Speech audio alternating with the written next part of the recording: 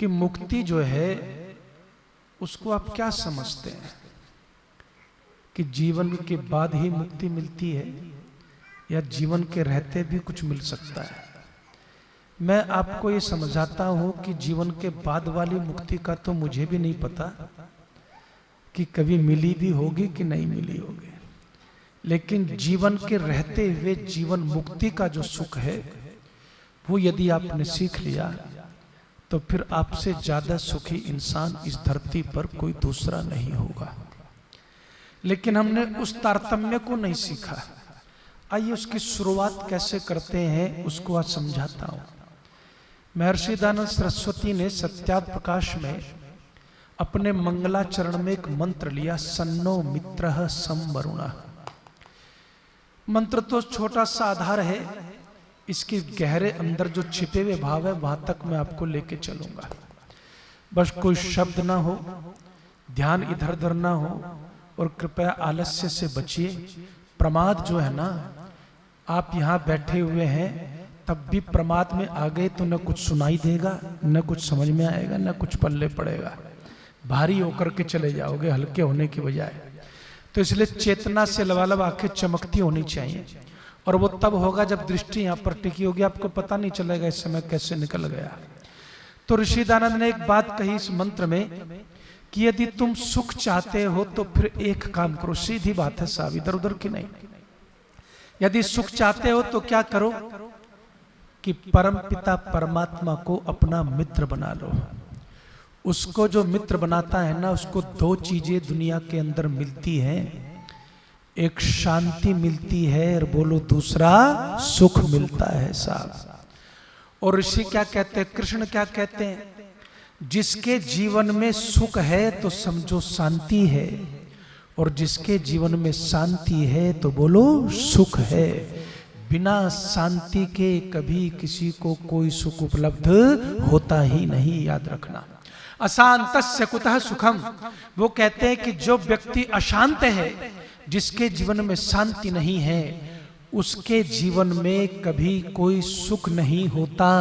और छोटे से साधनों में भी, झोपड़ी में बैठा हुआ व्यक्ति भी यदि उसके जीवन में शांति है तो प्रतिपल बोलो सुख की बयार बहती है। ये करिश्मा है साहब। लेकिन मैंने पूछा, मित्र तो मेरे बहुत हैं, आपकी क्या ऐसी आवश्यकता पड़ गई? इतने मित्र हैं कि पूरे दिन फोन सुन सुन के परेशान हो, फोन कर कर के परेशान हो। कहते हैं कि बेटा ये मित्र जो है ना, तेरी शांति बढ़ाने वाले नहीं, बुरा मत मानना, तेरी शांति को, अरे बोल दिया शांति को भंग करने वाले हैं साहब। और कितने लोग हैं जो अपने ही रिश्तों से सबसे ज्यादा परेशान हैं, अपने ही आसपास के लोगों से रोज हर्ट होते हैं, अपने ही आसपास के लोगों से बेचैन हो जाते हैं। क्यों? क्योंकि ये मित्र जो हैं, इनमें से बहुत कम मित्र इस योग्यता के होते हैं जिनसे आपको थोड़ा बहुत शांति तो मैं नहीं कह सकता, कम से कम सुकून जरूर मिलता है, थोड़ा आराम जरूर मिलता है। अन्यथा तो ज्यादातर आपकी शांति में बोलो आग लगाने का ही काम करते हैं। तब ऋषि कहता है, बेटा शांति इन मित्रों से न मिलेगी। अगर तू शांति चाहता है तो बस परमात्मा को अपना मित्र बना ले, तो सुख और शांति दोनों मिलेगी। पहले हमारे बुजुर्ग क्या कहते थे माताओं, घर में सुख शांति बनी रहे। वो जानते थे बिना शांति के सुख किसी को नसीब नहीं होता। अब उस परमात्मा को जब मित्र बनाते हैं तो क्या करिश्मा होता है। धीरे धीरे अब मोतियों की तरफ चलते चलिए। क्या करिश्मा होता है? ऐसा करिश्मा होता है जिसकी आप सिर्फ कल्पना कर सकते हैं। अच्छा, मैं पहला प्रश्न अपने भाइयों से पूछना चाहता हूं।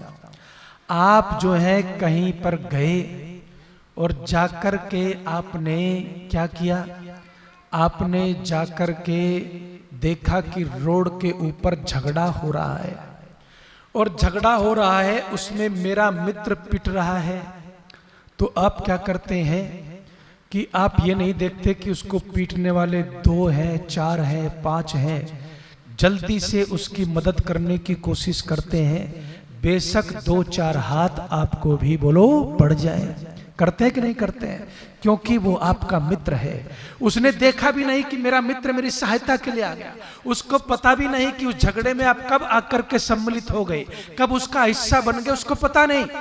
वो तो झगड़े में बेचारा अपनी पिटाई से जान बचा रहा है, लेकिन आपने देखा, आप उसकी सहायता के लिए जो है तुरंत दौड़े जाते हैं।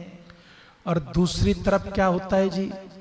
दूसरी तरफ आप क्या करते हैं कि झगड़ा हो रहा है, वहां पर भी उतने ही आदमी एक आदमी को लगभग पीट रहे हैं, लेकिन आप उसको जानते नहीं, तो आप क्या कह के निकल जाते हैं, इसने भी कुछ न कुछ गड़बड़ी की होगी, इसलिए इसकी पिटाई हो रही है। बस यही अंतर है साहब, इसको समझिएगा। ऋषि कहता है, बेटा जयेंद्र, जब तू परमात्मा को मित्र बना करके रखता है ना, और कई दुखों की पिटाई होती है, तो फिर तुझे उसे बुलाना नहीं पड़ता, पता नहीं कब आकर के वो तेरी रक्षा के लिए खड़ा हो जाता है साहब। लेकिन सबसे बड़ी समस्या क्या है? परमात्मा को मित्र बनाने के लिए थोड़ा वक्त देना पड़ता है जी। क्या देना पड़ता है बोलो? परमात्मा को मित्र बनाने के लिए थोड़ा वक्त देना पड़ता है।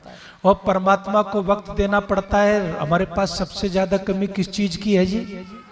बोलो तो सही। वक्त की सबसे ज्यादा कमी है। चाहे हम वक्त को कहीं भी बर्बाद करते फिरे, लेकिन परमात्मा के नाम पर तो कम से कम वक्त है ही नहीं साहब। अब मैंने पूछा कि परमात्मा को जब वक्त देते हैं, परमात्मा मित्र बनता है, तो कैसे शुरुआत करें उसकी? तो ऋषि कहता है कि प्रार्थना करनी सीख ले बेटा, प्रार्थना करनी सीख ले।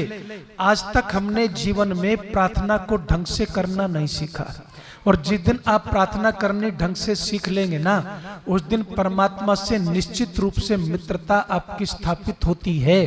लेकिन कुछ लोग तो कहते हैं कि भाई, एक बार आर्य समाज में भी ये प्रचलन चला, एक वेद के मंत्र की व्याख्या की गई कि ऐसा करो जी, 3 टाइम संध्या करनी चाहिए। उस समय पंडित बुद्धदेव विद्यालंकार जी जीवित थे। उन्होंने कहा भी ये कौन सा फार्मूला और कौन से वेद का आ गया जिसने सारे शास्त्रों को ही पलट करके रख दिया।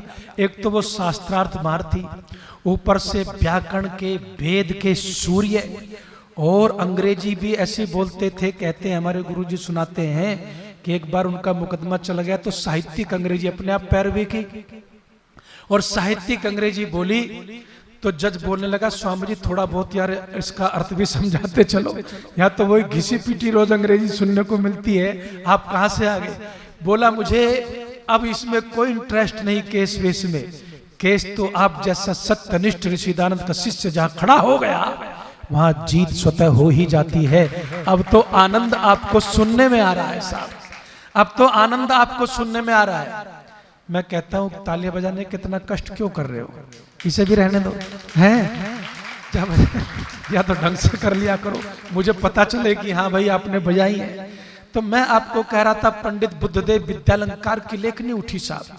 वो कहते हैं कि जैसे सुबह शाम ही 2 वक्त ऐसे हैं जो परमात्मा को मित्र बनाने के लिए आपको देने। 24 घंटे तो नहीं मांग रहे जी, आपको सिर्फ संध्या के 2 वक्त निकालने हैं, मैं कहता हूं। और पंडित बुद्धदेव विद्यालंकार ने कहा कि 2 वक्त के अलावा तीसरे वक्त की जरूरत नहीं है आपको, केवल 2 समय निकालिए। कौन कौन से? सुबह संध्या का समय, और शाम को भी बोलो संध्या का समय। बस 2 वक्त, आधा घंटा 1 घंटा जो भी आप दे सकते हैं। आप 2 घंटे सोने की बजाय आधे घंटे जाग करके ध्यान करना सीख लोगे ना, वो ही आपकी पूरी जिंदगी को बदल करके रख देगा साहब। इतनी शक्ति होती है इसमें, प्रार्थना में इतनी शक्ति होती है। तो स्वामी जी कहते हैं कि जैसे आप क्या करते हैं, गाड़ी में से पेट्रोल भरवाते हैं और फिर पूरे दिन गाड़ी चलाते हैं, पेट्रोल खाली होता है तो फिर से पेट्रोल पंप पर लेकर के चले जाते हैं। कहते हैं कि ठीक इसी तरह से भाई आप जो है पूरे दिन जब कार्य करते हैं और आपका पेट्रोल, आपकी ऊर्जा जब समाप्त हो जाती है, तो फिर प्रातः सायं बैठ करके परमात्मा की उपासना करने से फिर से ऊर्जा से लबालब बोलो भरते हुए चले जाते हो साहब। लेकिन वो कैसे, बहुत सुंदर उन्होंने उदाहरण दिया, मैं तो जिंदगी में इसको भूल नहीं पाता। बच्चों को भी मैं समझाता हूं, आपको भी समझाता हूं। पंडित बुद्धदेव विद्यालंकार ने लिखा कि एक जमींदार के 3 बेटे थे। ध्यान से बात को समझना तो मर्म प्रार्थना का समझ में आएगा। 3 बेटे थे, तीनों ने कहा अलग होना चाहते हैं पिताजी। सबसे बड़ी समस्या तब होती है जब बेटे पिता के पास जाते हैं, माँ के पास जाते हैं कि अलग होना चाहते हैं, मकान में दीवार खींचना चाहते हैं। अब तो खैर अलग होने की समस्या से ज्यादा दूर जाने की समस्या हो गई। लोग विदेश में बैठे हुए हैं और बड़ी बड़ी कोठियों में 1 आदमी, 1.5 आदमी, 2.5 आदमी पड़ा हुआ है। नोएडा में मैं गया एक जगह हवन कराने, तो बाबूजी आके बैठ गए। तो मैंने कहा बुजुर्ग आदमी पहले आ गए और कोई दिखाई नहीं दे रहा है। मैंने कहा जी बुलवाओ तो सही। बोला बुलवाओ तो जब घर में मेरे अलावा कोई हो, एक नौकरानी है वो मेरा नाश्ता बनाने में लगी हुई है, अब आप शुरू कीजिए, हम दोनों ही कर लेते हैं साहब। मैंने कहा इस कोठी में क्या कर रहे हो आप? कहते बेटे छोड़ के भाग गए अपना, अमेरिका पड़े हैं, कोई मेरे पास है ही नहीं, क्या करूं, जैसे तैसे जीवन यापन कर रहा हूं। तो माता पिता के पास जब जाते हैं और कहते हैं अलग होना चाहते हैं, क्योंकि माता पिता अपने जिगर के टुकड़ों को बोलो अलग नहीं करना चाहते, वो न अलग कर पाते हैं। तो फिर भी कहा तो पिता ने एक फार्मूला निकाला, बोला अलग तो नहीं करता लेकिन तुम्हें अलग होने का एक अवसर देता हूं। बोले क्या? ये 500 रुपए मैं तुम तीनों को देता हूं और एक काम करना, जा करके इनसे अपना व्यापार करो, हो गए अपने आप अलग, कमाओ। तो जो पहले वाला बेटा था ना माताओं, वो बड़े कमाल का था, बुद्धिमान था, इंटेलिजेंट था। जैसे आजकल के लोग इंटेलिजेंट बहुत हैं और वो सोचते हैं कि बस हमसे आगे तो कुछ है ही नहीं साहब, हमने तो ये कर लिया वो कर लिया। जैसे बच्ची बैठी है ना, पानीपत में एक आदमी अपनी बेटी को लेकर के आया प्रधान जी और बोला जी मेरी बेटी जो है हवन में बैठ तो जाती है, संध्या भी इसको याद है, लेकिन ये कहती क्या पापा तुम ये करते हो, इनमें क्या रखा है? मैं तो साइंस को मानती हूँ, मैं तो विज्ञान को मानती हूँ, मैंने इन चीजों को नहीं मानती, मैं तो केवल साइंस को मानती हूँ। जब ये बात कही कि साइंस को मानती हूँ तो कहने लगे आचार्य जी आपके प्रवचनों में जो भी आता है वो गदगद होता है, उसको समझ में आते हैं, इसलिए मैं अपनी बेटी को लेकर के आ गया कि इसको कुछ समझ में आएंगी बात। और कहते हैं कि अभी आपके सामने कुछ बताओ। मैंने कहा बेटी मैं भी विज्ञान को मानता हूँ, लेकिन मैं विज्ञान से भी बड़ा उस वैज्ञानिक को मानता हूँ जिसकी कृपा से थोड़ा बहुत विज्ञान हम सबको सीखने को मिला। बोली आचार्य जी कैसे? मैंने कहा बेटा मेरे एक सवाल का जवाब दो। बोली क्या? दुनिया के सारे वैज्ञानिकों को पता है कि खून में क्या क्या तत्व हैं। ज्यादा इधर उधर की बात नहीं करी मैंने, ये समझा वो समझा, सीधी बात की। मैंने कहा बेटा दुनिया के सारे वैज्ञानिकों को पता है कि खून में क्या है, फिर भी दुनिया के सारे वैज्ञानिक बिन करके एक खून की बूंद नहीं बना सकते, तो फिर उसके विज्ञान के सामने ये वैज्ञानिक बोलो क्या करेंगे साहब?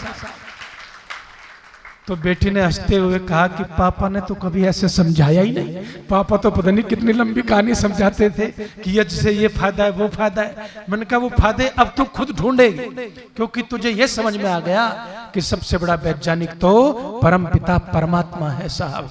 तो कहते हैं कि वो बेटा चला गया, वो भी वैज्ञानिक था, उसने परमात्मा अपने पिताजी को माताओं एक दिन भी फोन नहीं किया, गलती से भी नहीं फोन किया।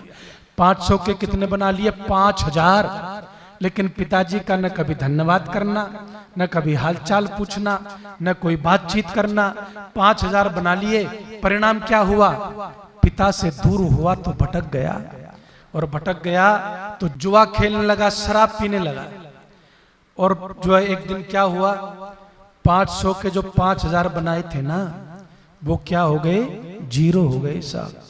जब 0 हो गए तो उस समय 0 होने पर उसको किसकी याद आई? जरा दिल पर हाथ रख करके बताओ। हाँ, फिर पिताजी बहुत जल्दी याद आते हैं। जब 0 हो जाता ना आदमी, चाहे तो उसको परमात्मा और पिता तभी याद आते हैं जब शून्य हो जाता है। शून्य हो गया, पिताजी की याद आई, दौड़ा हुआ चला गया, बोला पिताजी मैंने तो कमाल कर दिया था। बोले क्या?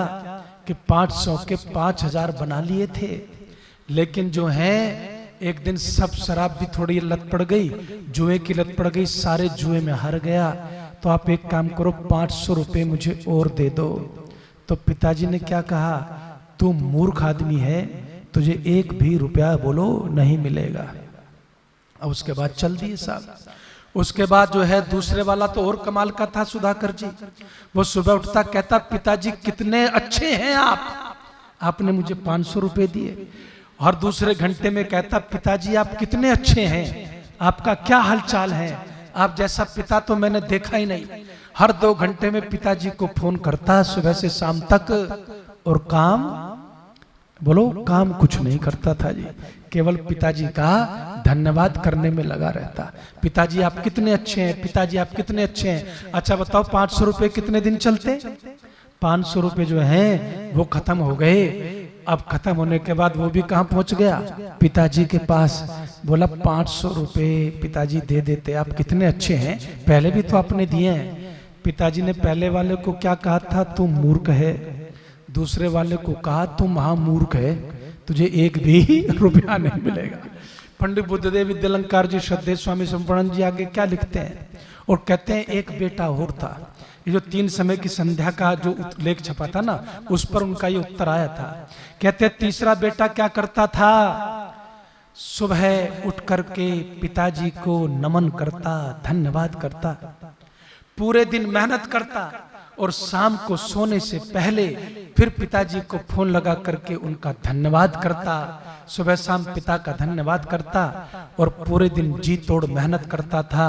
500 के 5000 न सही, 500 के 2000 बन गए। और फिर वो पिताजी से फल वल लेकर के, केले वेले लेकर के, मिठाई लेकर के मिलने के लिए पहुंचा और अपने पिताजी के चरणों में झुकते हुए कहता है पिताश्री आप बहुत अच्छे हैं, आपने जो सहायता दी उससे 500 से मैंने 2000 बना लिए, मेरा 1000 में काम चल जाएगा, 1000 आप चाहे तो ले सकते हैं। तब पिता कहता है तू ही तो एक बुद्धिमान है, मैं तुझसे पैसे लूंगा नहीं बल्कि तुझे और दूंगा। उसकी झोलियां भरता जाता है परमात्मा साहब, उसकी झोलियां भरता है जो सुबह शाम बैठ करके उसको याद करता है।